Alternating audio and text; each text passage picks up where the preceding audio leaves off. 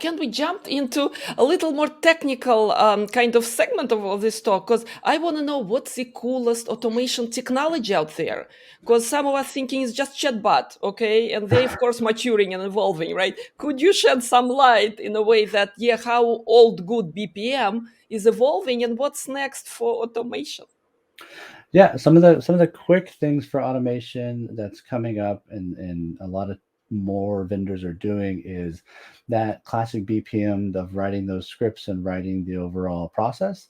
That's now moving into where it's intelligent. And so some of those intelligent BPMs, what happens is like you'll write that same process and you'll get it done, but then the intelligent side comes in and says, hey, what's that critical path of that BPM? Like, what's that process of critical path? And then it says, great, I know what that is. Here's a test script so that you can, that's already ready to go, that you can go and automate.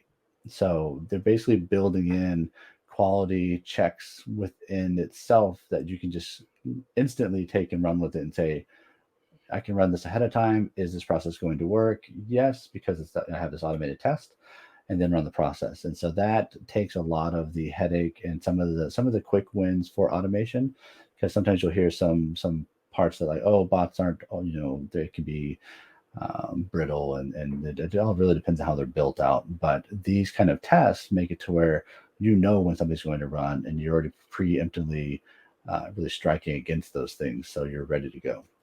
So that's one example.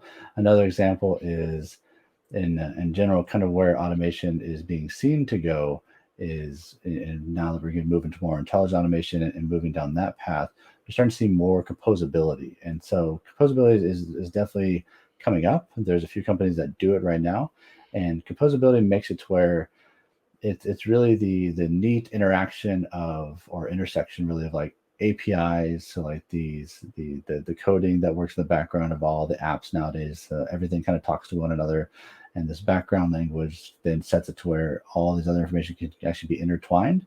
And so now that that's happening, composability is coming up to where, instead of using bots for everything or a process for everything, your apps can talk and cause triggers to work as well, to where those automations can run after something else is run.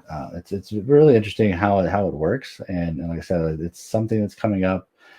It's already out in regards to a lot. There are a few companies that are actually using it, and it is neat to see where it's going to happen and go next. Do you see augmented reality, virtual reality, metaverse, okay, at some point taking bigger role, bigger stage? Because I know what many skeptics are saying out there, okay, for day-to-day business operations, right? For Yeah.